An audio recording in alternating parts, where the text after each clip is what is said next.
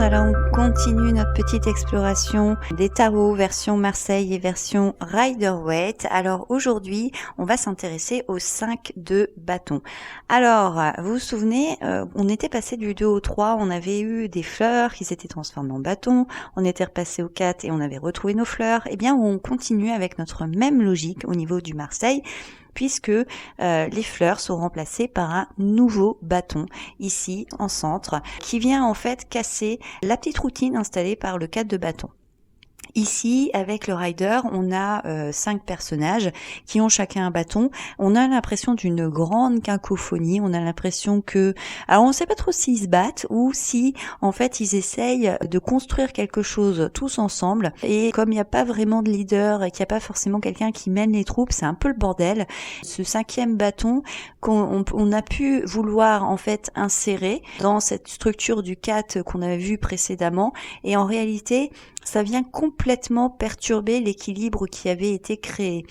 Si vous vous souvenez pas, je vous invite à aller revoir la vidéo. Avec le 3 de bâton, avec le Lily White, on avait cette représentation des 2 bâtons.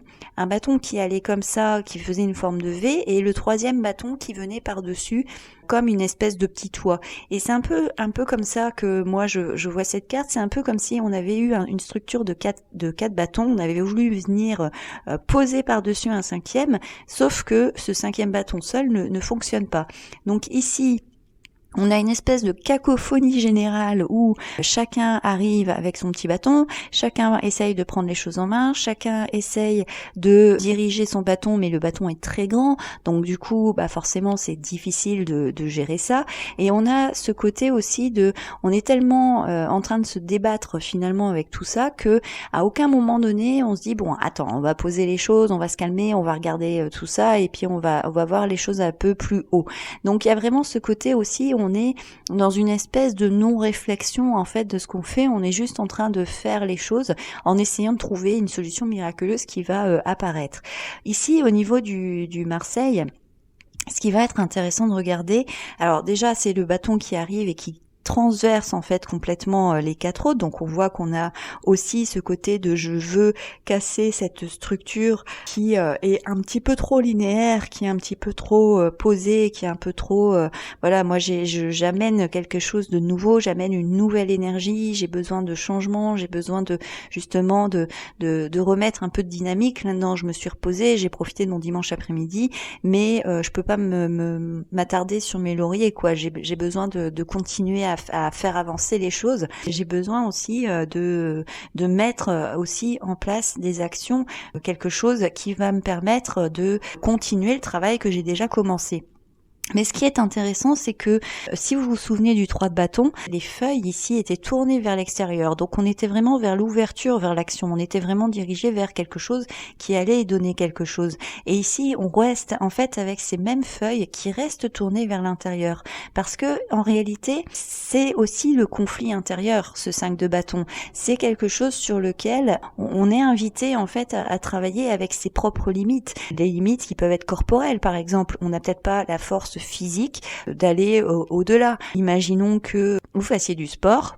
Vous arrivez parfaitement à faire des fentes ou à soulever des petites haltères de 1 kg et puis on vous dit maintenant tu vas me faire une pompe. Peut-être que vous n'allez pas y arriver parce que justement c'est votre première limite et donc ça c'est terrible en fait parce que quand on vous dit tu vas faire quelque chose et qu'on n'y arrive pas, il y a une espèce de sentiment de mais comment ça se fait, qu'est-ce que je peux faire et du coup je vais donner beaucoup d'énergie et puis non c'est pas possible, je peux pas rester à pas savoir faire de pompe, donc du coup je vais aller chercher comment faire pour pouvoir arriver à développer ça, etc. Donc avec ces feuilles, on est vraiment sur ce genre de questionnement. Mais c'est aussi par rapport à des choses très physiques. Par exemple, tout simplement, vous avez récolté vos tulipes ou vos pommes de terre, vous êtes aussi à un stade où maintenant, qu'est-ce que vous en faites de tout ça? Parce que si vous n'en faites rien, qu'est-ce qui va se passer? C'est que ça va pourrir, en fait, tout simplement. Donc, vous pouvez pas laisser les pommes de terre pourrir dans un coin, sinon ça n'avait aucun intérêt de planter un champ de pommes de terre. Donc, il y a aussi ce côté, c'est pour ça que ces feuilles sont tournées, en fait, vers l'intérieur, c'est l'action que l'on va poser, parce que il faut continuer à avancer, il faut continuer à faire progresser ce qu'on a démarrer. Au niveau du tarot des sorcières, on a cette représentation ici qui est un peu plus guerrière. On a des espèces de chevaliers sur des dragons.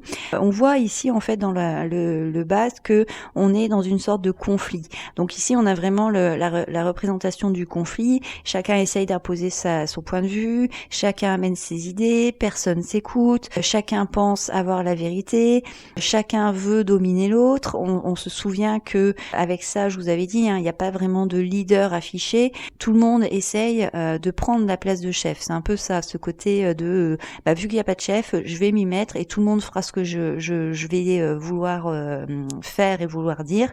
Sauf que on n'est pas tout seul et que dans le lot, il y a peut-être quelqu'un d'autre qui revendique cette même place. Et donc forcément, ça peut générer des conflits, ça peut générer des moments d'incompréhension, une mauvaise communication, ça peut générer aussi des espèces de petites batailles où finalement on va essayer de montrer qu'on est le plus fort et qu'on crie plus fort que les autres et qu'on est plus effrayant que les autres pour essayer d'avoir le dessus. Ce qui est intéressant, c'est ces deux personnages ici aussi qui font partie du 5 de bâton mais qui sont pacifiques. Eux, ils font partie du groupe mais ils comprennent pas forcément en fait ce qui se passe. Pourquoi? Mais comment ça se fait qu'on en est arrivé là alors qu'il y a pas longtemps on s'amusait tous ensemble? Et ils regardent ça un peu médusés. Il y a cette espèce de curiosité de savoir qui va gagner, mais il y a aussi quelque part ce côté de comment on peut faire pour essayer de resolidifier le groupe, resolidifier la structure pour justement revenir alors à un état du 4 de bâton, mais en réalité on veut pas revenir au 4 de bâton parce que c'est ce 4 de bâton qui a aussi généré tout ça. Donc on veut avancer, on veut trouver une solution, on veut trouver quelque chose qui va nous permettre d'avancer tous ensemble, qui va nous permettre de fédérer, qui va nous permettre de trouver une solution qui va être victorieuse. Mais là, pour l'instant, on est vraiment dans cet esprit du combat.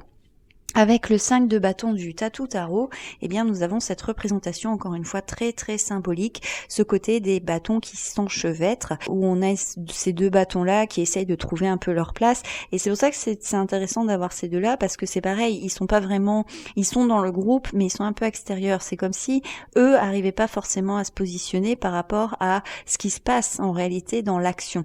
Donc avec ce 5 de bâton ici, on a ce même ressenti, c'est-à-dire que c'est comme si on avait trois forts caractères qui se disent moi je vais faire ça, il restait deux places et que les deux autres finalement ils essayent de trouver un petit coin pour passer quoi. Et quelque part, du coup, ça vient aussi générer une espèce de désordre parce que finalement, toutes les places n'ont pas été bien établies, toutes les actions ne sont pas forcément bien pensées et on sait, en tout cas dans les bâtons, une des caractéristiques, c'est qu'il y a une espèce de quelque chose de personnage de frustre. Vous voyez, le personnage un peu bourrin, le personnage un petit peu qui fait pas dans le détail, il est pas minutieux. Parfois, c'est vraiment les gros bras en fait. C'est les personnes, c'est qui vont être, ils vont foncer dedans et ils vont pas forcément s'occuper des petits détails. Et ici, c'est un peu cette représentation, ce côté de j'ai pas pensé à tous les détails, donc on va essayer de forcer, on va essayer de faire passer les trucs en force, et puis à un moment donné, ça finira bien par tenir. Et puis si ça tient pas, je vais taper dans le truc, et puis comme ça rentrera dans l'autre. Donc c'est intéressant d'avoir ça. Ce qui est intéressant aussi, c'est de voir ces petites feuilles, parce qu'on voit que ces bâtons, finalement, ils sont pas inertes, ils continuent à avoir de la vie en eux, et donc on voit aussi que c'est en train de donner naissance à quelque chose d'autre, c'est en train de continuer à grandir, ça fait partie de l'évolution du pont, du passage, justement. Cette carte-là, elle est nécessaire aussi de comprendre ce que les conflits peuvent générer, de comprendre ce que les batailles peuvent générer, de comprendre le fait de ne pas participer ou d'être simplement un observateur d'une bataille sans y prendre part. Qu'est-ce que ça nous apprend? Et c'est aussi ça, finalement, cette représentation. Avec le tarot de l'attraction, on a le moulin. Alors, vous vous souvenez, avec ce tarot, on a une petite histoire qui est en train de se créer. On avait le paysan qui a semé son champ, et d'abord le personnage qui avait envie d'écouter ses désirs et qui en avait pas en même temps. Ensuite, on a semé dans le champ. Ensuite, on a pris notre petit dimanche repos tranquille. Et là, on arrive au moulin. Le moulin, c'est exactement ce que je vous disais tout à l'heure, ce côté de, on a planté nos patates, on a déjà des choses qui sont en train d'être récoltées, récolté, maintenant qu'est-ce qu'on en fait? On a planté notre blé, maintenant qu'est-ce qu'on en fait? On va prévoir pour la suite. Mais c'est aussi l'étape avant la récolte, c'est-à-dire que c'est pas au moment où on va récolter le blé pour en faire de la farine qu'il va falloir s'inquiéter si le moulin fonctionne bien. Et là, on est aussi dans cette étape, cette représentation de pendant que le blé pousse, je vais pas bâiller aux corneilles, je vais pas attendre que ça se passe. Je vais aussi aller préparer mes outils, je vais aussi aller préparer ma structure qui va me permettre de, une fois que le blé sera récolté, de pouvoir être complètement opérationnel et de pouvoir justement mettre le moulin en marche et avoir une place suffisante pour stocker ma farine. Et donc, il y a une espèce de prévoyance. C'est pour ça aussi que on est sur le 5 de bâton. Je vous parlais des feuilles dans le Marseille. Les feuilles sont tournées vers l'intérieur parce que on est toujours en phase de préparation en réalité. Alors c'est forcément cette phase-là, c'est pas une phase qu'on voit énormément. C'est pas ce qui est le plus visible. Et je vais prendre un exemple pour vous expliquer. Par exemple, là, vous êtes en train de regarder une série de vidéos où je fais le comparatif de plusieurs tarots. Ce que vous voyez, c'est le moment, en fait, une fois que la récolte elle est finie et que la farine elle est en poudre et qu'elle est déjà dans le sac, rangée, etc. Ce que vous ne voyez pas, c'est ce moment où moi je suis en train de filmer, c'est la création des vidéos, c'est le montage des vidéos, c'est l'encodage, c'est la publication, c'est la mise en ligne sur YouTube, la préparation du petit texte en dessous dans un descriptif, etc.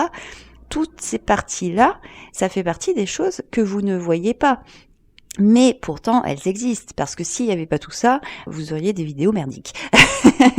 Donc, même si je reviens un peu plus et je vais centrer un peu plus, quand je suis en train de vous filmer là, je suis en train de parler et je suis en train de vous filmer cette vidéo, je suis le personnage qui est en train de semer les graines dans mon champ.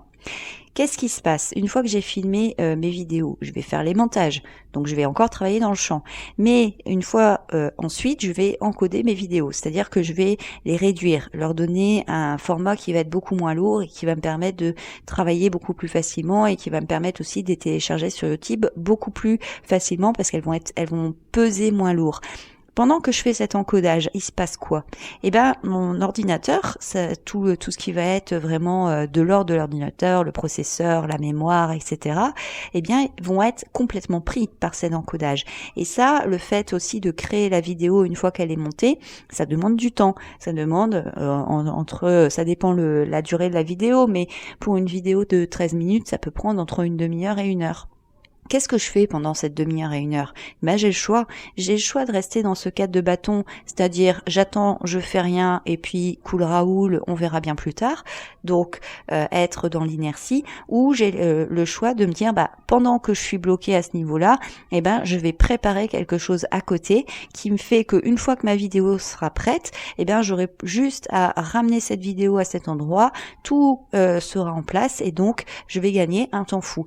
C'est exactement cette même symbolique avec le moulin, c'est-à-dire ce côté de le blé il est en train de pousser et je peux pas aller plus vite que la musique et je peux pas tirer sur la tige pour le faire pousser plus vite. Donc j'ai le choix d'attendre et de continuer à profiter du soleil, ou j'ai le choix de préparer mon moulin pour qu'il soit opérationnel. On va finir avec le Lily White et là nous avons cette représentation du renard qui essaye de passer entre ces bouts de bois. Vous vous souvenez, avec le 3 de bâton, on avait ces espèces de V ici avec cette espèce de triangle inversé. Ici on a tout remis à l'endroit et on voit que ça fait une espèce d'enchevêtrement dans lequel il va falloir passer, on dirait un peu le jeu Mikado, vous savez, là où on doit enlever les baguettes et on doit rien faire tomber. Et c'est un peu comme si on s'était aussi mis un petit peu dans quelque chose un petit peu délicat à passer, mais on savait en fait qu'il y avait des risques, et à un moment donné, quand on entreprend un voyage, on sait qu'il y a un risque à un moment donné qu'on ait un pépin ou qu'on soit ralenti ou que on doive passer par des zones un petit peu plus chaotiques ou un peu plus dangereuses que d'autres. C'est ce moment-là, c'est ce moment où on s'est dit pour l'instant le voyage c'est tranquille quoi, enfin jusque là tout va bien, en plus on a même fait des super rencontres et tout, et finalement non, et le pépin il arrive, parce que ça fait partie de la vie, tout simplement. Donc ici, avec ce 5 de bâton, on a ce côté de, j'arrive en fait devant le premier obstacle que j'ai à franchir dans l'élaboration de mon projet, dans l'objectif que j'atteins, etc. Et c'est à moi aussi de me montrer un petit peu rusé, de faire preuve un peu d'intelligence et aussi d'y aller tranquillement pour pouvoir passer ces bâtons sans risquer de rester enfermé à l'intérieur. Parce que le but du 5, c'est certainement pas de rester enfermé non plus. Le but du 5, c'est juste un pont, c'est juste un passage. C'est juste un moment qu'on doit passer justement. Donc ici, avec ce 5 de bâton, on est dans ce côté de prendre un peu de précaution pour justement ne pas se retrouver complètement coincé et complètement à l'arrêt. On voit ici, il y a encore une fois une espèce de symétrie qui arrive, mais c'est aussi ce côté d'analyser en fait ce qui se passe au moment présent pour pouvoir trouver la meilleure solution. Donc voilà ce que je pouvais vous dire sur le 5 de bâton. J'espère que la vidéo vous a plu. N'hésitez pas à me laisser un petit commentaire en dessous de la vidéo, à liker la vidéo, à vous abonner à la chaîne si ce n'est pas déjà fait. N'oubliez pas d'activer la petite cloche pour avoir toutes les notifications et on se retrouve bientôt pour une prochaine vidéo. Ciao!